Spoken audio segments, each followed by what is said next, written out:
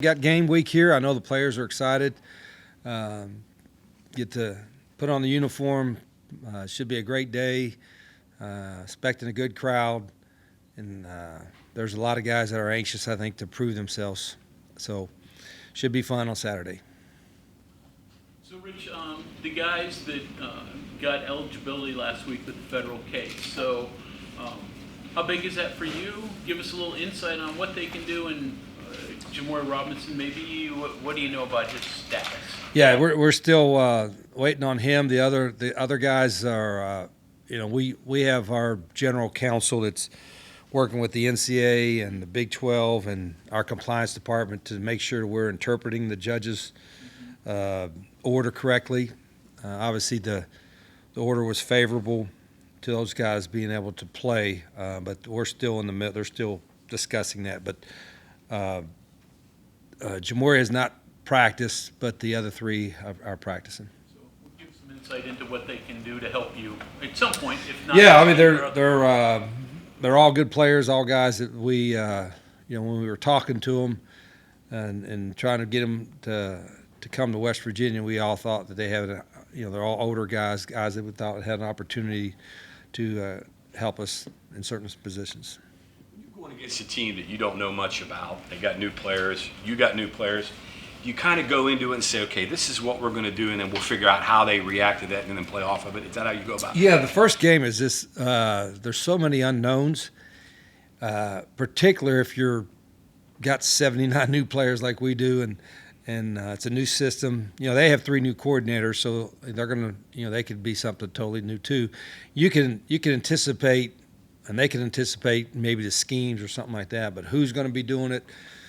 I mean, it's a little guesswork on both ends, I guess. So, you got to play a game to find out. And that's the hardest part about the first game is you go live a little bit in camp, whatever, but it's still different during game day, and we'll find a lot about certain guys on Saturday. What is it the biggest unknown for a coach on game day for you on your team? Yeah, I think, even though we have officials at all of our padded practices and had a couple scrimmages with Big 12 officials, and you're still in a game, it's managed a little bit different. We've tried to prepare them the best we can. It'd be great to have a preseason game like the NFL, 1 or 2 of those to kind of sort it out, but I don't think that's ever going to happen. So we'll do the best we can and make sure we're ready to adjust. Coaches up in the boxes last practice right. Friday. What coaches are up in the boxes? Is Zach up in the box, or is he going to be on the sideline? Zach's on the field. Yeah, I mean, I'll go through the whole list, but I got like 30 coaches that take up my whole time in a press conference. So, and there's a limit of how many guys can be on a headset. I don't know what that limit is either, but we have Zach. Zach will be on the field. Pat Kirkland with special teams will be on the field. Of course, I'll be on the field. And then offensively, I usually don't click over to the defensive side very much. Only if there's some point or something I'll make. But I'll be talking on the headset with Travis and Rhett. Travis will be in the box. Yeah. In the Beanie Bowl, in terms of game operations, running all that stuff that I know you want to get a look at, anything new, different that you might tweak from previous years?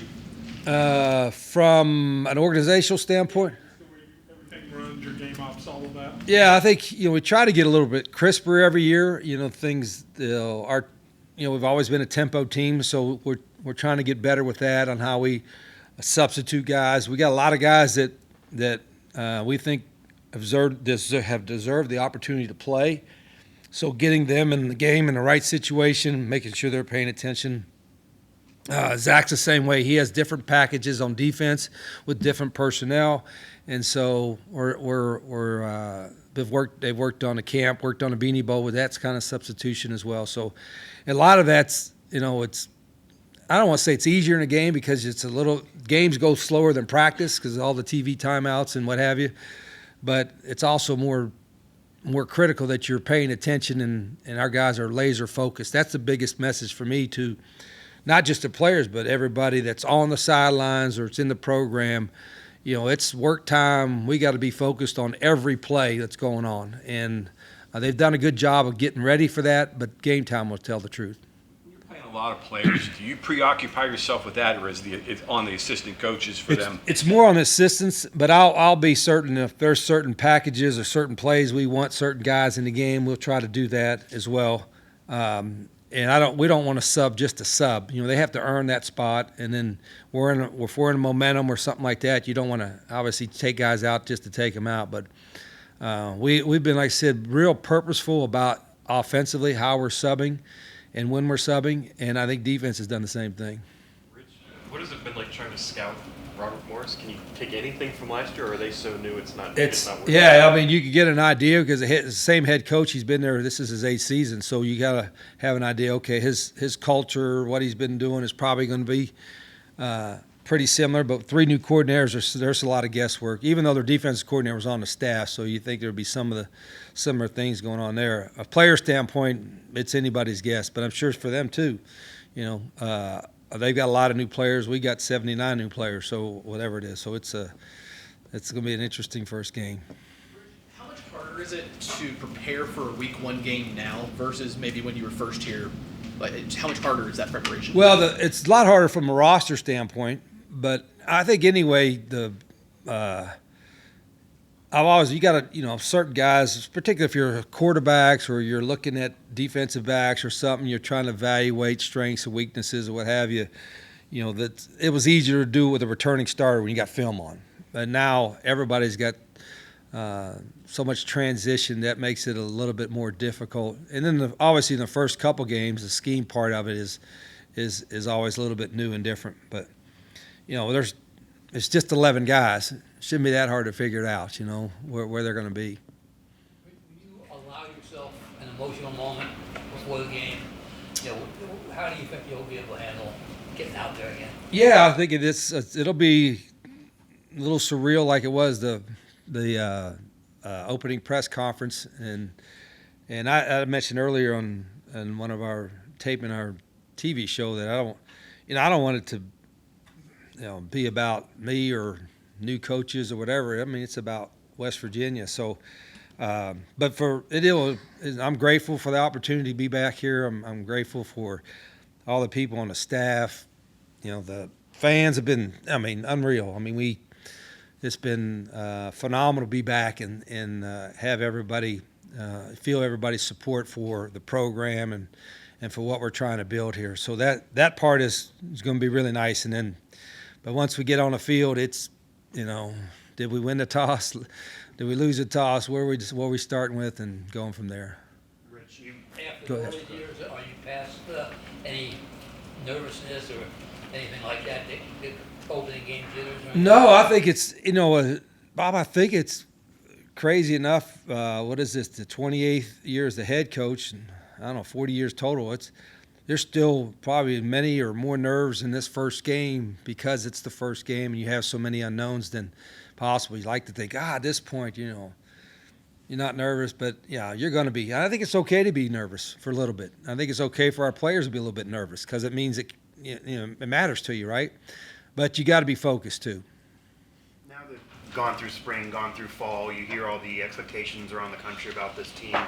What's something that makes you believe that this is going to be a good season, a winning season, that this team can be the Arizona State that you mentioned months ago of what they did last year? What's something that you can now say after all these months, I believe, because of this? Well, the biggest, hope is eternal, right? Everybody wants to have hope. And if there's no hope, it's kind of hard to think about, the positive things as much. But our guys have given each other and us hope because of the way they've worked. And, if there have been times where, we need to work a little harder, be a little more physical, run a little faster, whatever. But they've really tried. The staff has done a great job. The players have adapted really well. And it's hard when you're talking about 79 new players, a bunch of new coaches, new system, new schemes, different ways of doing stuff. And it doesn't mean our way is the only way or the best way, but it's the way we do it. And the guys I'm really proud of the team for the way that they've adapted to new coaches and new systems. And I want them to play well because they've worked hard to earn that. Rich, are you closer to that number of guys you wanted to win with than you were at the start of ball camp? Yeah, stay tuned here. Ask me in about 3 weeks, 4 weeks or something. But there are, when we release a depth chart, and you see a lot of ors, like this guy or this guy, it's not like a strategic plan. Don't let them know who's starting. That it's truly or. It's him or him or him or him or him.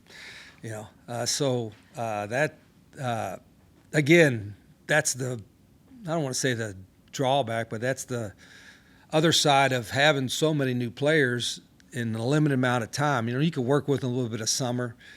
We have the 4 weeks of training camp, but again, you don't know until you start playing games. And you mentioned a few weeks. I mean, it used to be game 1, game 2. Is it more now, game 3, game 4, when you really find out about your team? Well, you don't know. A guy may come out and just play so well and be so dynamic or whatever position is. Like, gosh, we thought he was pretty good. He's even better. Or we thought this guy was ready, and maybe he's not quite ready. And maybe take a couple more weeks for him to get ready. So that's what you find out in the beginning of each season, I think. Rich, what do you remember about your first game as a player? Because the vast majority of this roster, this will be their first game as a Yeah. player. Well, my first game I didn't play my freshman year because most of us got redshirted, and we played JV games, believe it or not. And we all lost a year of eligibility playing JV games. Gosh, we need to appeal that. I got to get that 1 year back. But my first game actually playing was my second year at Oklahoma, and that was a big upset win for us. And I remember the excitement of going out to Oklahoma, and then excitement of playing them, and then winning, and then coming back here and pulling in. I think we pulled into the blue lot because there were a bunch of fans waiting for us, and they were rocking the bus, and coaches weren't sure to let us off the bus, and they asked us what to do, and we said, "Let us off the damn bus." It was pretty exciting. So that was I actually had a pretty memorable first game playing experience here.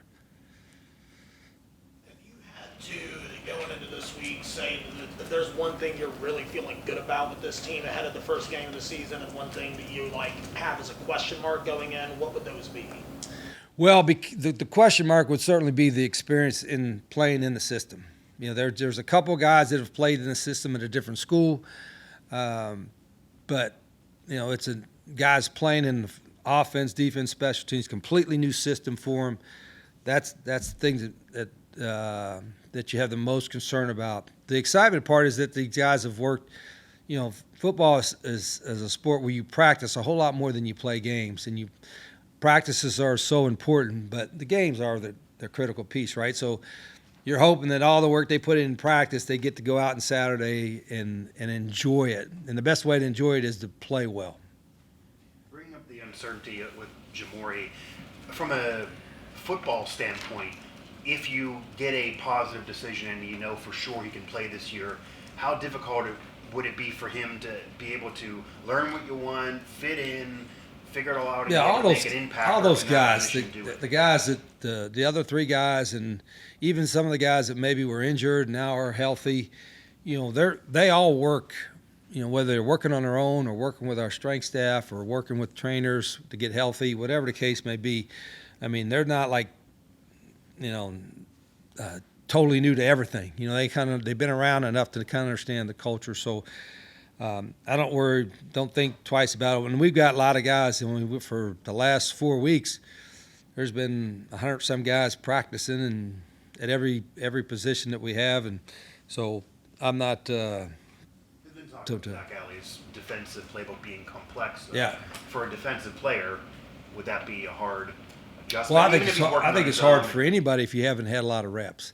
And in answer to your question, it's. Come in week 2, for example. I don't. Everybody's a little bit different how quickly they learn. It's part of it's on coaches for us. For any player, whether it's a new guy or a guy that's been injured, and when you're injured, a lot of times you lose conditioning. You also lose reps, and so you got to start all over sometimes a little bit there. So we have to play that in mind.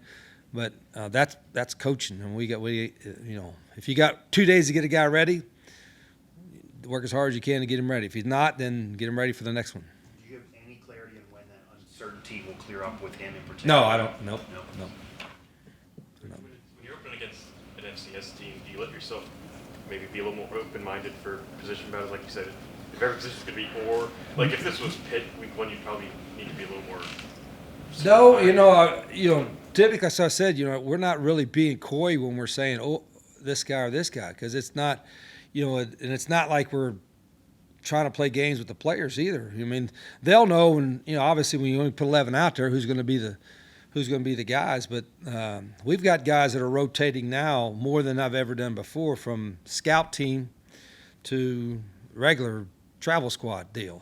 They'll take 10 plays on a scout team, then they'll go on the other side and somebody will flip. And so I've never had this many guys that are rotating both ways, both things that do that. And that's just because, a lot of them have not separated themselves enough to be a surefire, he's the guy, he's the starter, the other guy will come in if he gets hurt or something like that. So it's truly pretty open in a lot of spots. You mentioned going live with the quarterbacks at camp. Were you happy with what you got out of it?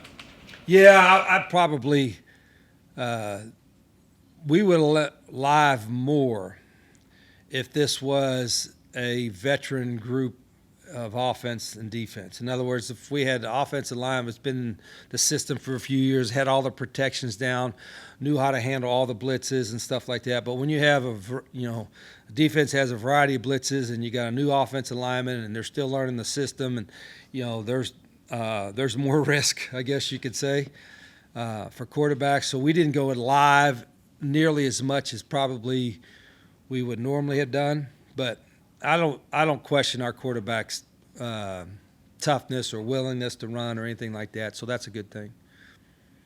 Because you're not able to do a ton live on special teams, is there kind of an element of concern or unknown? That's always the biggest concern in the first game from a live standpoint, is you don't go live kickoff and kickoff return, very much. And we've done some punt and punt block almost live, but the first game you'll find out. But you could practice with a certain intensity and get them ready.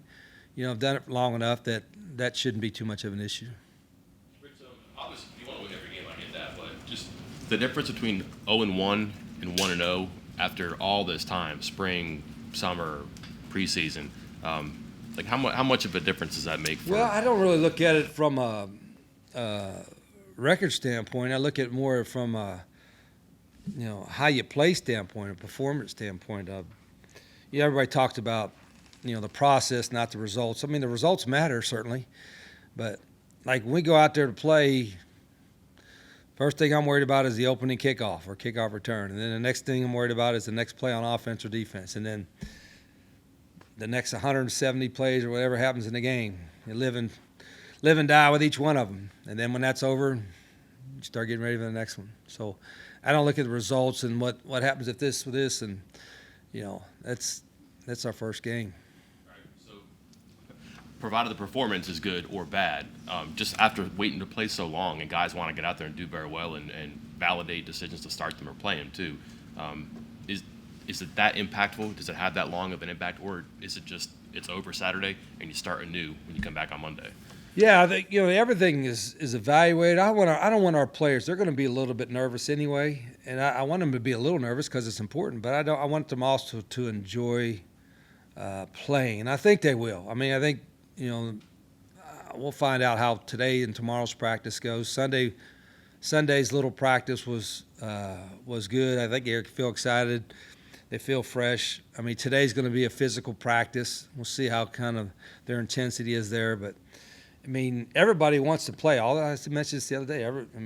The things that players want is they want to play games. I mean, that's why you come here. So they're going to get that opportunity on Saturday finally. You want your players a little bit nervous.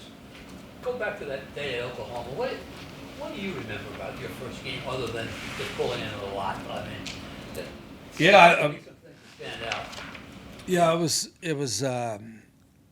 I felt we felt good as a team coming in because they were running that option deal and we had a good plan for it and worked on it all camp, and I thought we had a pretty good football team. But I was happy to be on the travel squad. I was on special teams, and I was actually got in the game early at safety, and then I'm trying to remember. I think on the first play I was chasing someone downhill, and one of their big linemen clocked me, and he said something like, "Welcome to college football," and I'm like, okay.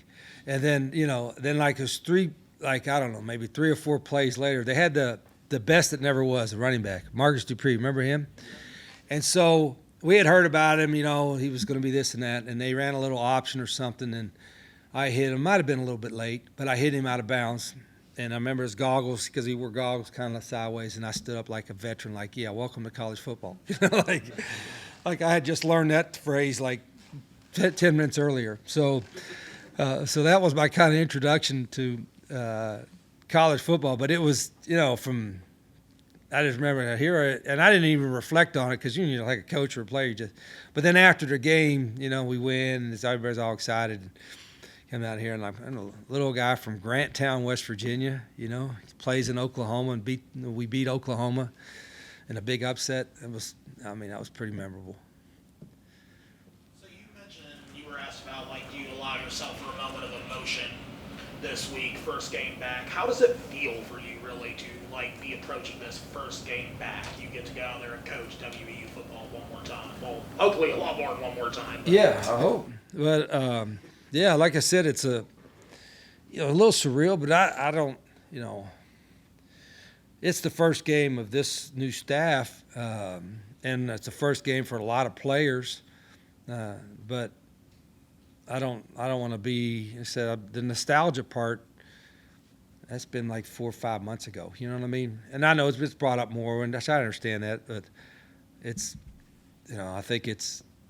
Like I said, I'm appreciative, I'm grateful, and the fans have been great, and we're working really hard. The only thing I could say that the staff, myself, the players, what I want to do is have a certain work ethic and commitment to the program that our fans would appreciate.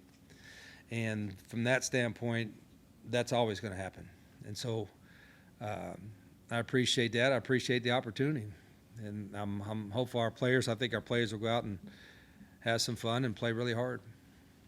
Obviously, winning every week is the most important thing, but because it's the FCS opponent, are there other things that you would gauge it to be a big win for you? Like if you're crawling through a game against an FCS opponent, every game is every game.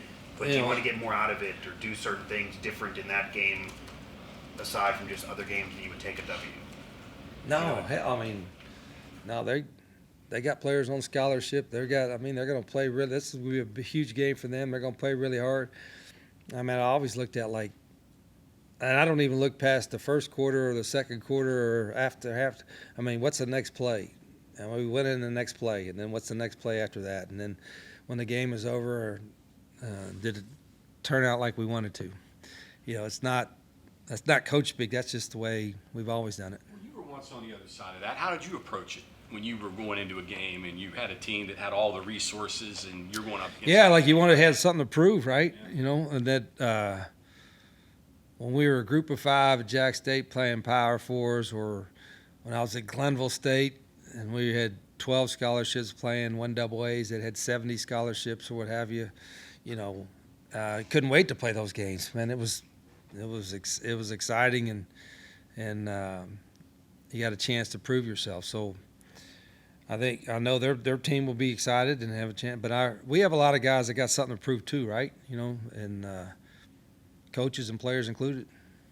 Rich, how early this week do you figure out what your first offensive play call is going to be, and then when do you start scripting out maybe that first drive? Yeah, we won't script we will script openers, like these are the plays we want to see early in the game, 10 or 12 plays we want to see early, but the down and distance situation dictates what we'll call, and how they play in the first few plays will dictate how we call too. So we don't have there'll be a few plays that we're obviously going to open up with, and I won't decide that probably until Thursday or Friday, if then. Rich, what position group do you see from the beginning of fall camp and now it's made the biggest stride going into this game on Saturday? Well, you'd have to pick the groups that had very little experience coming back, which would be O-line, D-line, linebackers, secondary, and wide receivers, and running backs, and quarterback. So, yeah, I mean, the O-line was has the least experience of all of them. I'm trying to I would probably say the O-line had the least experience, so they had the furthest to go, and they've done a really good job. Places that you've been, obviously you've learned different things that have got you to where you are. What did you take from Jacksonville State that can help you now? Well, from the opening standpoint last year, and then the opener we had a couple years ago, we were transitioning up to Division 1A. I have notes, and I look at them a little bit, but every year, every team is different. Every personality of every team is different, including this year's team here. And I try to learn, I'll learn something every day. I'll learn something from today's practice that we've got to do to make us better tomorrow. You know what I mean? I think that's the one part as coaches sometimes, and I've been guilty of this past, hey, this is the way we've done it, and this is the way it is, and no matter what, this is what we're going to do. And I think you can become too stubborn and not willing to adapt. Now, that doesn't mean you adapt your culture or your methodology or anything like that, but you got to adapt. Okay, maybe this worked with this group of guys, but not with this team, So I think that's constantly part of our coaches' evaluation. Like, this play was really good for us, but our guys don't really execute this play very well, so do we need to look at something else? Okay, thank you very much, Coach. Okay.